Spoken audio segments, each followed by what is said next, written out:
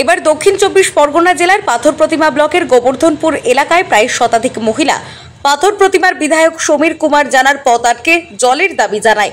গোবর্ধনপুর বঙ্গোপসাগরের কূলে অবস্থিত, প্রতি বছর বারবার নদী বাঁধে এলাকা প্লাবিত হয়ে পুকুর, খাল, বিল সমস্ত নোনা জলে ভরে থাকে।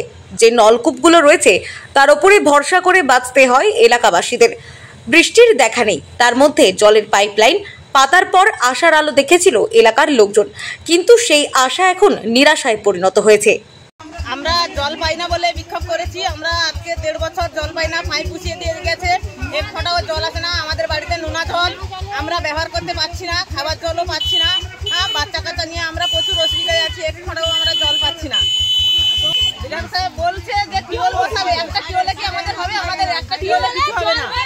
প্রায় 2 বছর আগের কথা, মুখ্যমন্ত্রীর ঘোষণা মতো বাড়ি বাড়ি জল পৌঁছে দেওয়ার কর্মসূচি নিয়ে পাথর প্রতিমা ব্লকের জি প্লট গ্রাম পঞ্চায়েতে গোবর্ধনপুর এলাকায় জলের লাইন পাতা সম্পন্ন হয়। এলাকার মানুষ ভেবেছিল তাদের জলের সমস্যা বোধহয় মিটে যাবে। ভালো রাস্তা গাড্ডা করে লাইন পাতা হয়েছিল। দেখতে দেখতে প্রায় 2 বছর কাটলেও এখনো পর্যন্ত বাড়ি বাড়ি জল তো দূরের কথা, লাইনের জলও আসেনি। এবার পাথর প্রতিমার বিধায়ক সমীর কুমার জানাকে পেয়ে রাস্তা ঘিরে বিধায়কের কাছে জলের দাবি জানায় এলাকাবাসীরা। বিধায়ক তাদের এই নলকূপ দেওয়ার আশ্বাস দিলে এলাকাবাসীরা পরিষ্কার জানিয়ে দেয়, নলকূপে তাদের প্রয়োজন নেই। একটি নলকূপ দিলে কোনো সমস্যা মিটবে না, তাদের টাইম টিউবওয়েলের জলের প্রয়োজন রয়েছে। এর পরিপ্রেক্ষিতে বিধায়ক তাদের জানায় তিনি অতি সত্বর জলের সমস্যা দূরীকরণের চেষ্টা করবেন।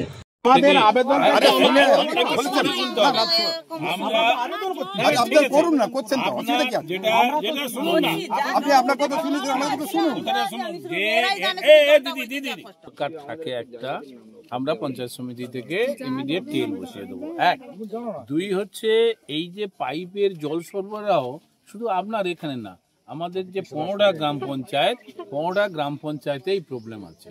আমরা দিন 3 আগে এটা নিয়ে মিটিং করেছি ব্লকে। এরপরে সিদ্ধান্ত হয়েছে এমএলএ সাহেব যোগাযোগ করবেন, আরও হায়ার অথরিটি যারা আছে তারা এবং যে এজেন্সি যারা কাজ করছে তাদের নিয়ে আমরা মিটিং করব।